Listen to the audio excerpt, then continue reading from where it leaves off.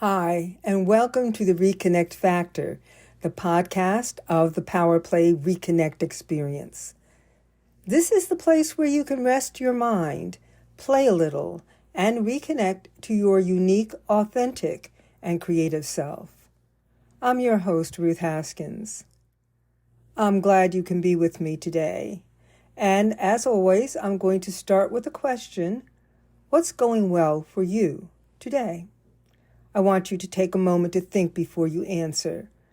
There's always something good, and when we focus, we find it. So if you are able, write that one good thing on a piece of paper, or perhaps you can record it on your phone. Today we are diving deep, so put on your oxygen supply. Here's the quote. Experience has taught us that we have only one enduring weapon in our struggle against mental illness, the emotional discovery and emotional acceptance of the truth in the individual and unique history of our childhood. Alice Miller, The Drama of the Gifted Child, The Search for the True Self. Alice Miller hit on a great truth about mental health. We do have to fund the energy, the desire, the willingness to make that emotional discovery and have that emotional acceptance about the truth of our individual and unique childhood histories. Now, think about that for a moment. I'll give you a moment. Does that statement resonate with you? A little? Does it resonate a lot? Now, since this is a battle for our mental health, we've got to grab hold of this enduring weapon. And how do you grab hold of it? Where do you grab hold? And in this context, we have to begin at the beginning. And really, every one of us has had the same beginning. After the first loving words of welcome into this world, not for all, but for many, the human emotional and mental health experience is often a downhill slide. As infants and toddlers, we get introduced to the powerful emotions of shame and guilt almost immediately. As we come fully into the age of reason, about 7 years old, where we also become quote-unquote responsible, we also begin to introduce apathy, which becomes a veil for the shame and guilt that we were given. Now, people don't intend to do this, parents don't intend to do this, but it's sort of the hand-me-down of human history. Everything's wonderful and beautiful until that first quote-unquote mistake is made, or something that makes somebody else uncomfortable is done. And all of a sudden, rather than love, we are given shame and guilt. Now, once we get the shame and guilt thing started, and we don't start it ourselves, it's kind of like given to us, like baby food, then we also begin to feel grief. And it's a grief that comes because we're trying to get around in a world that is completely unfamiliar to us. We are trying to maneuver in this really strange place. And part of that strange place is our nuclear family.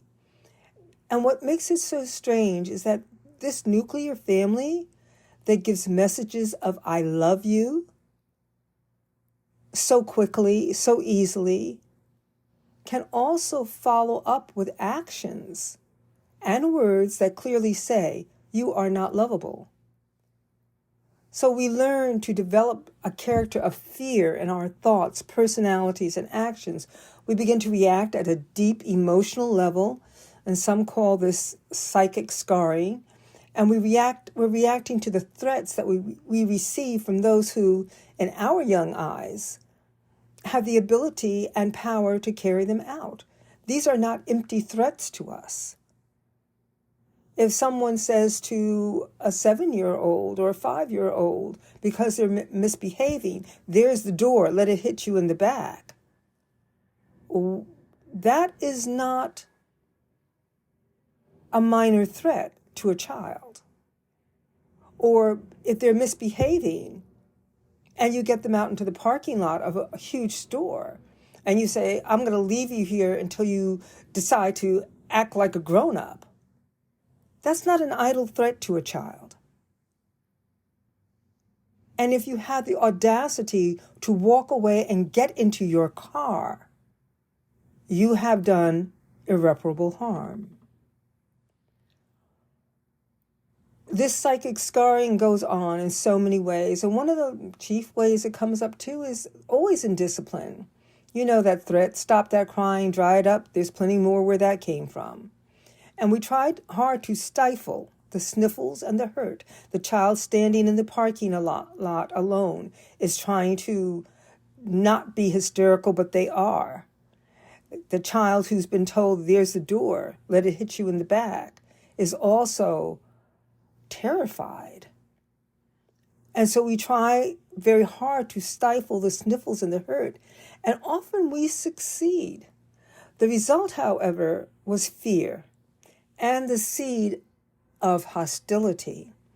Because we could not bite the hand that fed us, we often turned that hostility on ourselves, and that hostility may have manifested immediately in a number of different ways. Because we had to, as children, we had to create a defense. Defense was not an option. It was not an option. It wasn't something that we could not do. It was a requirement for our mental and emotional survival. So now where did this show up? To survive, every child who is suffering under some negative conditions creates his own weapon for the struggle to survive mentally and emotionally. Every child finds his or her own way. For some, it can be to excel at school and excel in everything, be the perfect student, excel at sports, be, the most popular, the most handsome, the most well-dressed, whatever it takes, even though at an emotional and mental level, they are suffering. Now, on the other hand, there's also the child who can decide that the best way to thwart a parent or guardian's will is to fail in school, to be the worst possible student, to not go out for sports, or if they do, wimp out intentionally. Not that they don't have the ability, but they decide that this is the thing that they're not going to do. They're just not going to give this parent or guardian what they want. The problem with that is that as they go through life and start growing up and have to move out into the world, they may use that same technique to work with other people. The same thing with the perfect student. They take that same technique out into the world and they try to be perfect in everything. They try to be exceptional in everything. And God forbid that either one of those examples fail. What do they do? Because both children are accomplishing the goal of hostility by turning that hostility on themselves without knowing it. And they have to do that as a child because of reasons of attachment to the parent or guardian. They cannot, they dare not direct their hostility towards the parent or guardian. So later, this same unexpressed hostility, embellished by a continuing negative life experiences, like I said, the perfect student who tries to be perfect throughout his life and, gradually figures out, being perfect is not working for me. And again, that hostility comes back to himself because it's like, well, since I can't be perfect, there's got to be something wrong with me. Or the same child, another child who decides to just be the worst of all possible children, You know, the kind that's just totally outwardly rebellious and into all kinds of things.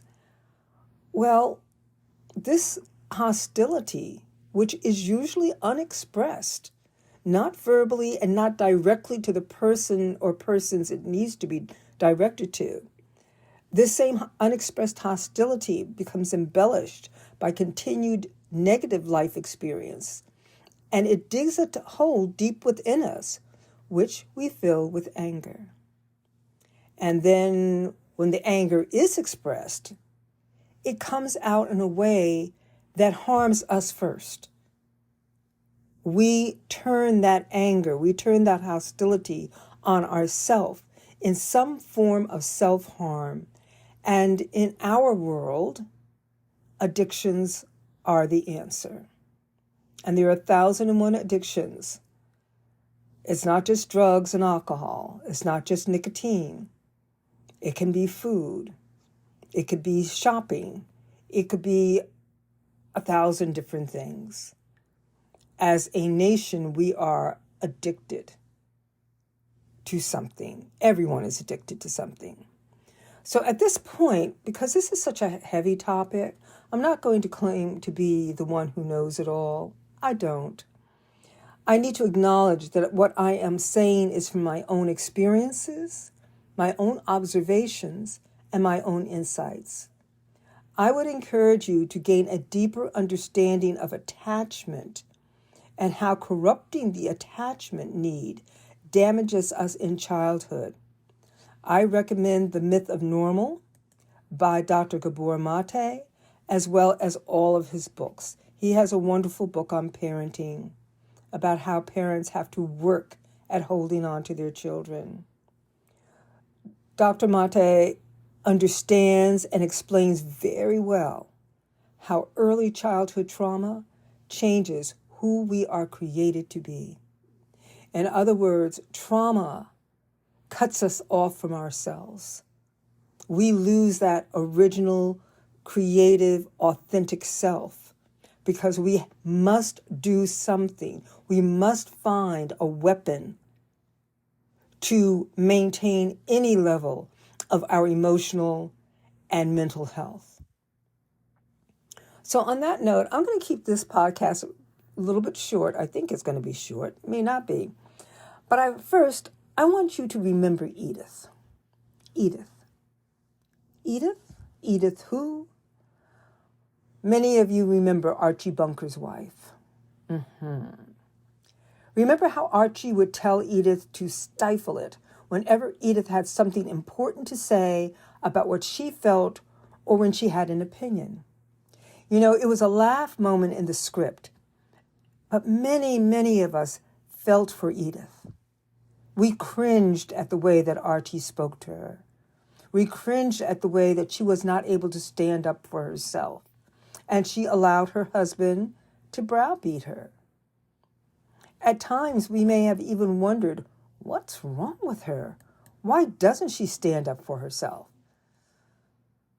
Well, many of us felt her pain at being told to not feel, not think, and essentially to not be. We've been there. We've had that experience. It came to us almost as soon as we came out of the womb.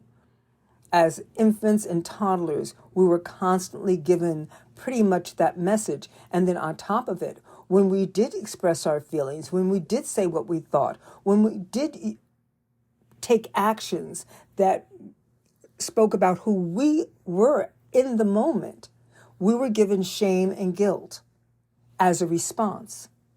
So for years on that sitcom, All in the Family, Edith complied to Archie Bunker's belligerent and often ignorant commands. But the biggest moment came for so many of us when Edith finally recognized her own worth and with strength and courage cut Archie off in mid-sentence and screamed at him, "You stifle it. Stifle, stifle, stifle."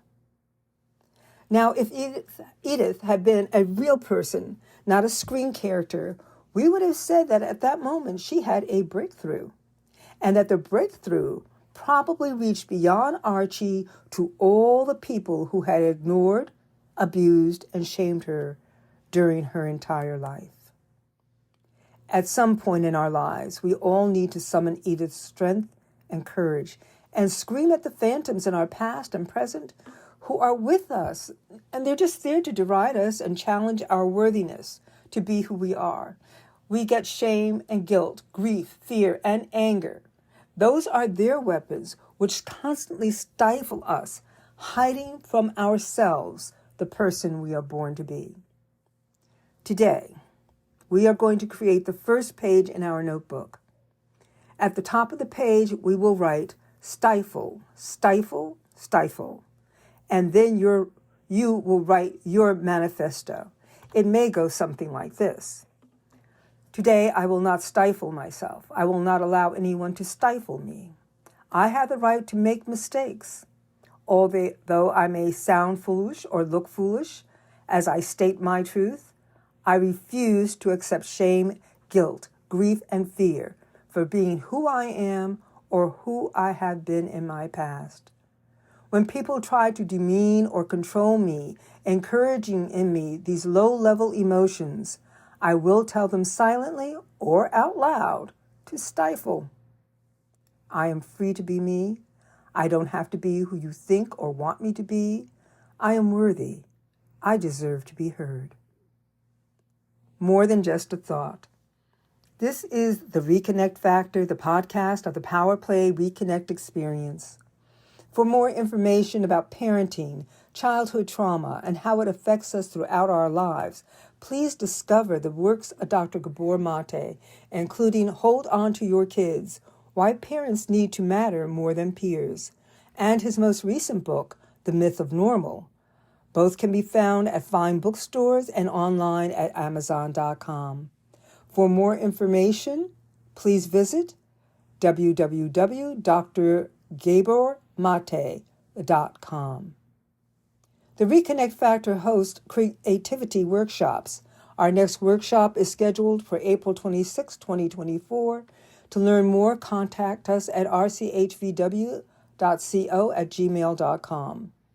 Until next time, take time to rest, take time to play, and in doing so, reconnect to your unique, authentic, and creative self. Thank you for listening.